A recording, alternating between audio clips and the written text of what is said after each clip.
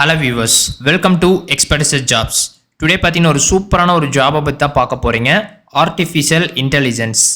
இந்த ஏஐனால் பார்த்தீங்கன்னா ஃப்யூச்சர் ஜென்ரேஷன் செம்மையாக மாறிக்குன்னே சொல்லலாம். அதுலேயும் பார்த்தீங்கன்னா நிறையா காஸ்ட் கட்டிங்ஸ் வந்து ஏஐனால தான் யூஸ் ஆகுது. நல்லா ப்ரொடக்டிவிட்டியாகவும் கம்பெனிஸ்க்கெல்லாம் யூட்டிலைஸ் பண்ணிட்டுருக்காங்க. So 6 artificial intelligent AI jobs 2025 என்னென்னு தான் நம்ம பார்க்க போகிறோம்.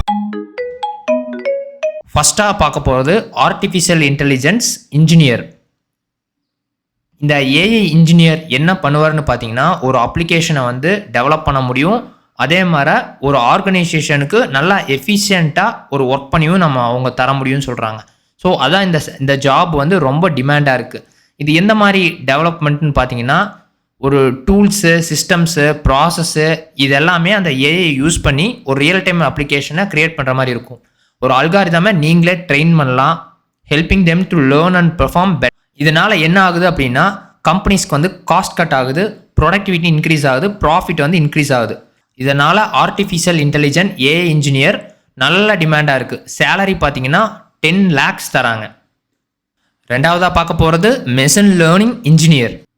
இவங்க என்ன பண்ண போகிறாங்க அப்படின்னா, ரிசர்ச் பண்ணுற வேலை, பில்டு பண்ணுற வேலை, டிசைன் பண்ணுற வேலை பண்ணிட்டோம்னா அந்த ஏஐ தான் ரெஸ்பான்சிபிள் அந்த மிஷின் லேர்னிங்க்கு. இவ்வளோதான் சின்ன concept.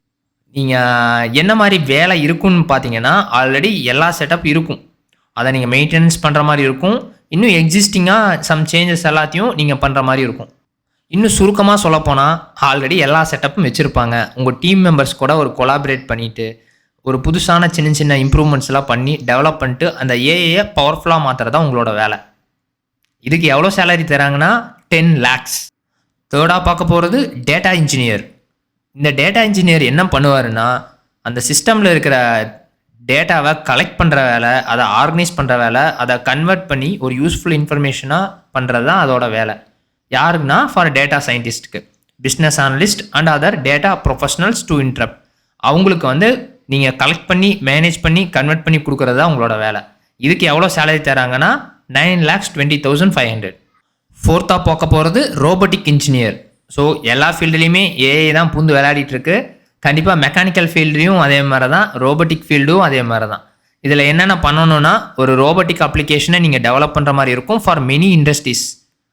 Automotive, manufacturing, defence, medicine எல்லா ஃபீல்டுலேயுமே ஏஐ வந்துருச்சுங்க. ஸோ இந்த ரோபோட்டிக் இன்ஜினியருக்கு செம்மையான டிமாண்டில் சொல்லலாம். ஆல்ரெடி பார்த்துருப்பீங்க, இந்த ரோபோட்ஸ் தான் வந்து கார் மேனுஃபேக்சரிங் ஏரியாவில் எல்லாமே அதே தான் பண்ணிகிட்ருக்கு. இன்னும் அந்த ஏஐயை ஆட் பண்ணும்போது இன்னும் சூப்பராக இருக்குன்னு சொல்லி வச்சுக்கலான்னு பார்த்தீங்களேன். என்னென்ன பண்ண முடியும்னா, ஒரு புதுசாக ஒரு ப்ராடக்டை உருவாக்க முடியும், அசம்பிள் பண்ண முடியும், ப்ரோட்டோடைப் பண்ண முடியும், டெஸ்டிங் பண்ண முடியும். இது ரொம்ப எஃபெக்டிவாக இருக்கிறங்காடி இந்த ரோபோட்டிக் இன்ஜினியரிங் வந்து ரொம்ப ஃபேமஸாக போயிட்டுருக்கும், அது இந்த ஏஐ யூஸ் பண்ணி. இதுக்கு சேலரி பார்த்தீங்கன்னா 5 lakhs. ஃபிஃப்த்தாக பார்க்க போகிறது சாஃப்ட்வேர் இன்ஜினியர். இது ஆஸ் யூஷுவல் தாங்க, சேம் சாஃப்ட்வேர் இன்ஜினியர்லேயே ஏஐ வந்து புகுத்தியிருக்காங்க. இதில் வந்து டெவலப்பர்ஸு, நீங்கள் புதுசாக ஒரு சாஃப்ட்வேர் உருவாக்குறது எதுக்குன்னா கம்ப்யூட்டர்ஸ்க்கும் அண்ட் மொபைல் அப்ளிகேஷனு தான். ப்ரோக்ராமிங் லாங்குவேஜை நீங்கள் ட்ரெயின் பண்ண மாதிரி இருக்கும். Platform and architecture to develop anything from the computer came to network control system சொல்லியிருக்காங்க. நீங்கள் ஒரு லாஜிக்கல் திங்கராக இருந்தீங்கன்னா இந்த ஏஐ ஃபீல்டு உங்களுக்கு பெஸ்ட்டுன்னே சொல்லலாம். சேலரி பார்த்தீங்கன்னா 7 lakhs தராங்க. அடுத்தது 6th பார்க்க போகிறது டேட்டா சயின்டிஸ்ட். நம்ம ஊர்லலாம் சொல்லுவாங்க சரி சயின்டிஸ்ட்டுன்னு சொல்லிட்டு. எப்பவுமே சயின்டிஸ்ட்டுக்கு தாங்க சேலரியும் அதிகம், ஒர்க்கும் அதிகம், டிமாண்டும் அதிகம். இதே மாதிரி டேட்டா சயின்டிஸ்ட் ஏஐலையும் பார்த்தீங்கன்னா இந்த ஃபீல்டுக்கு செம்ம டிமாண்டுன்னே சொல்லலாம். இதுக்கு மட்டும் படிச்சிங்கன்னா சேலரி 12 lakhs தர போகிறாங்க எல்லா கம்பெனிஸுமே. பட் ஆஸ் யூஷுவல் தான், இந்த ஒர்க்கு கொஞ்சம் கடினமாக தான் இருக்கும். நீங்களே தான் ஒரு கொஷனை உருவாக்குற மாதிரி இருக்கும், ஆன்சர் பண்ணுற மாதிரி இருக்கும், ஒரு டேட்டாவை க்ரியேட் பண்ணுற மாதிரி இருக்கும், அதை வந்து ஃபங்க்ஷன் பண்ணுற மாதிரி இருக்கும். ஒரு தியரிஸாக இருக்கிற கான்செப்டை நீங்கள் ப்ராக்டிக்கலாக மாற்றணும். அதே மாதிரி data scientist might also use machine learning techniques to improve the quality of data or product offering. So நீங்கள் தான் இம்ப்ரூவ்மெண்ட் பண்ணி சூப்பராக அவுட்புட் கொண்டு வர மாதிரி இருக்கும். இது வந்து ஒரு ஹை டிமாண்ட்னே சொல்லலாம் இந்த ஏஐ ஃபீல்டில். Salary 12 lakhs.